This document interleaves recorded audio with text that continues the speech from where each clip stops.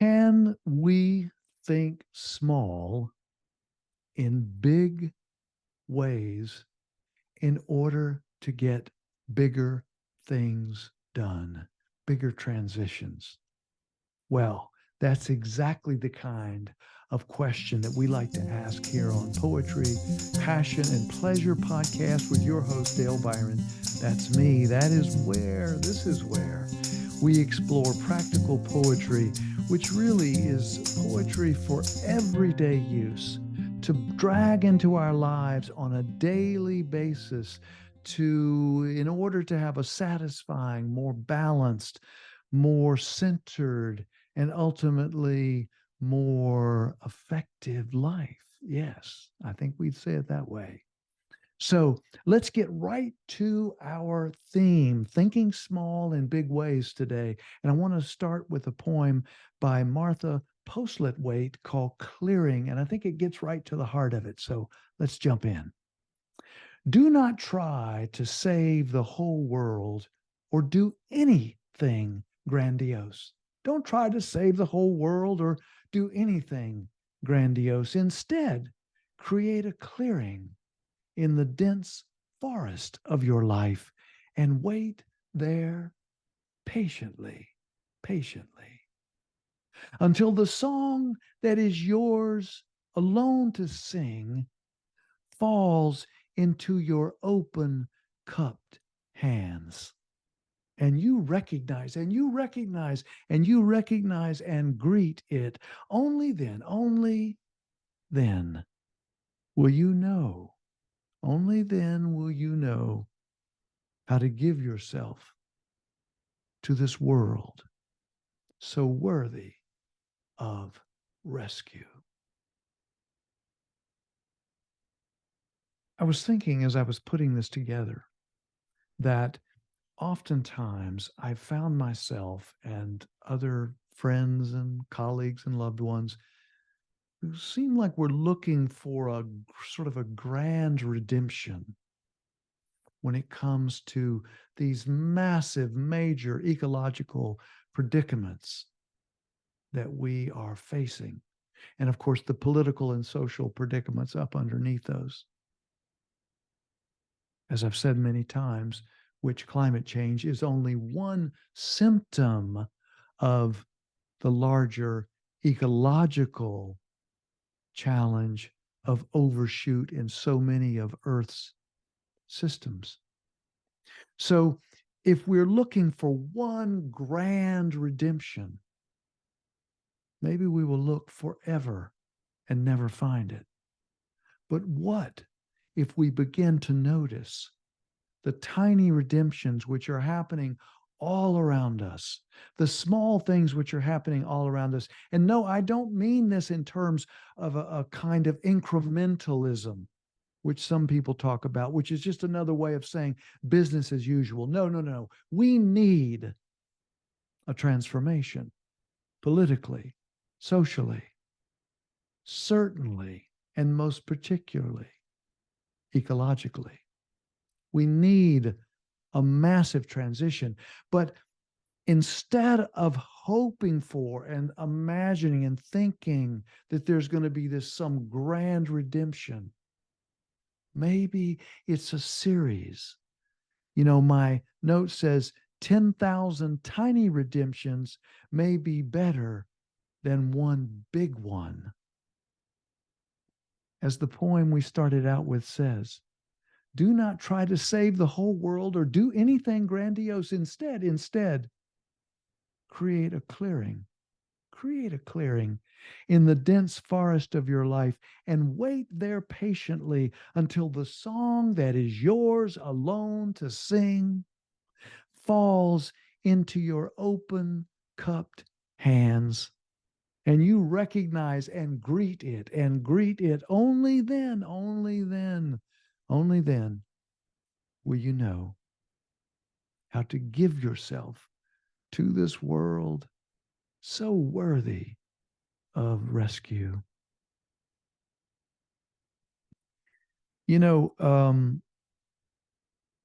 the note I made here is when it comes to the great existential challenges and predicaments that, we've talked a lot about on this podcast, these predicaments of our times, time and times, especially regarding the cascading ecological ones that we were just speaking of. What is your theory of change? What is your theory of change?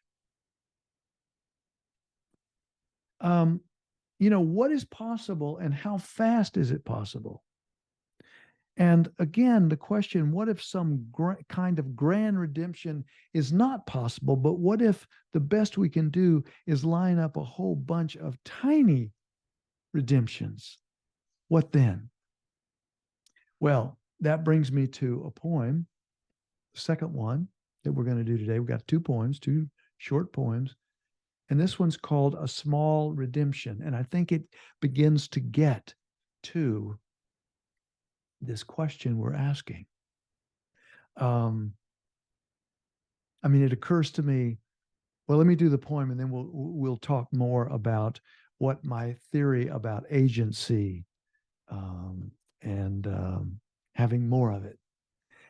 A small redemption. Yesterday, I was careening toward a mean conclusion.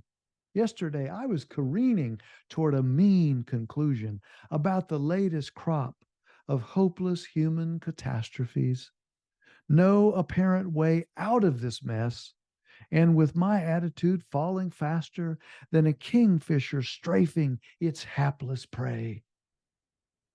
That's when suddenly a young crow appeared, dropping his strange gift. A dead snake on the road right in front of me. I tell you this sincerely, that gesture stunned me. I care for you in this world. I care for you.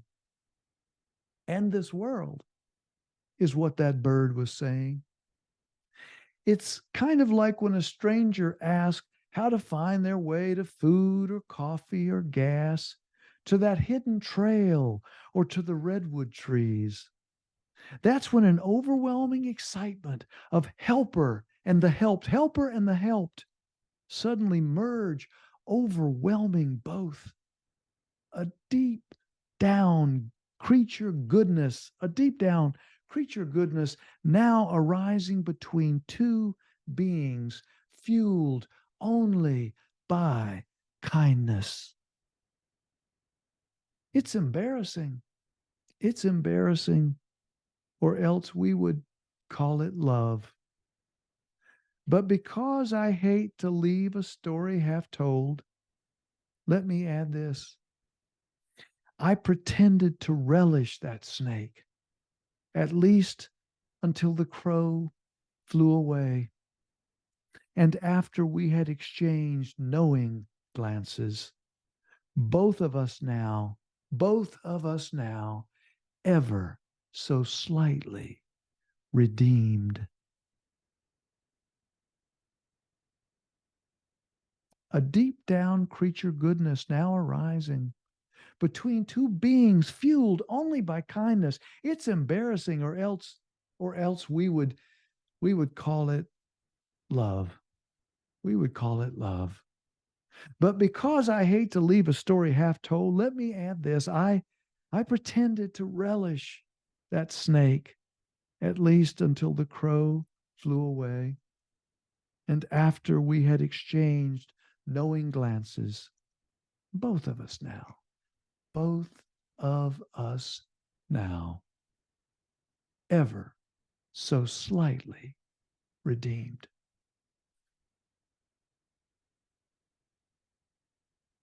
Maybe we are looking for redemption in the wrong places, or at least in the wrong sizes. I mentioned just a moment ago, before I read that poem, that is a poem that I wrote about 2 years ago after that particular scene. It was amazing. A crow who flew right in front with a dead snake, and the poem is a pretty tight narrative of what actually happened. Now, I imagined our redemption. And of course, I imagined the consciousness of the crow. But it was a strange situation. And we did exchange glances. And there was some kind of knowing between two beings. And as I am saying by the title of this poem, A Small Redemption, I was reminded of my humanity by a crow. I was reminded of caring and a connection by a crow, by another being, by this creature. And again, I said, maybe we look for redemption in the wrong places, or at least in the wrong sizes. Maybe we need to hope and work toward, or even just notice, the many small redemptions we encounter with other beings every single day. Every day. Redemptions that we might not think of them as redemptions, but they are really small connections, and not just with other human beings, but with human beings, of course. And maybe those redemptions add up if we begin to notice them, if we begin to get very mindful about them, if we begin to get mindful about the redeeming relationships, the redeeming qualities, the redeeming connections that we have with creatures, animals, maybe even inanimate objects, mountains, rivers. Without even knowing or recognizing it, we are all knitting the world together in webs of connections and caring. When we are touched, even briefly, by the generosity and goodness of another creature, we are suddenly transformed. Now, I got to tell you that my poem and story about the crow and the dead snake as a gift is not, certainly off the wall. Crows have been known. There's stories about crows bringing gifts to people who have been kind to them. And there's also stories about don't cross a crow because they have memories. The stereotype of elephants with long memories. Well, apparently crows have very long memories for kindness or for something different. That would not be very redeeming, to be unkind to a crow.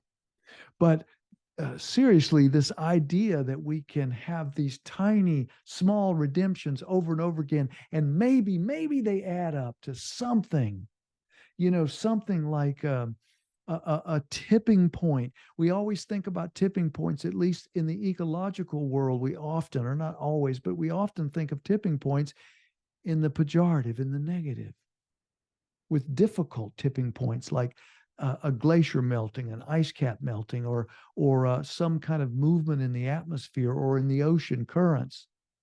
Tipping points that we don't want to happen. But there are also amazing tipping points of attitudinal shifts, of caring, of connection, of empathy, of love. Love tipping points. So, problems, when we make these little redemptive connections, I think that problems remain problems, but we are now floating, as my note says, in something larger. Hope is not restored in some grand way, but now simply exists as a context, as an always kind of reality. And no, I don't mean, the kind of silly hope that has no substrate under it. No, I'm not talking about that. I've talked about that on this podcast before. Unearned hope is delusion. Unearned hope by and sort of a kind of business as usual, and it's all going to work out. Somebody's going to swoop in here and save us. That's delusion. I'm not talking about that kind of hope. I'm talking about the kind of hope that happens when we're using the language when we are redeemed over and over again, even in small, tiny ways.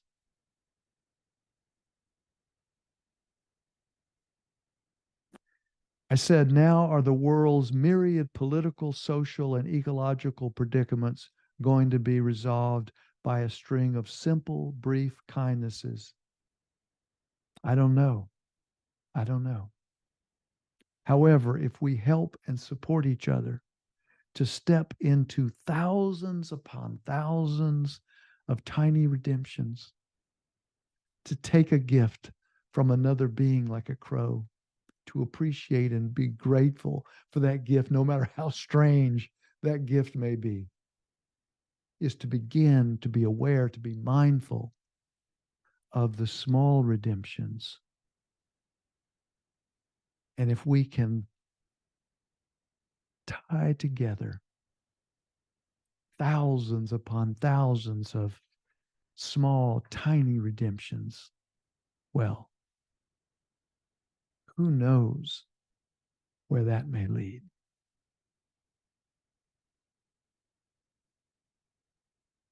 Okay, that's a wrap.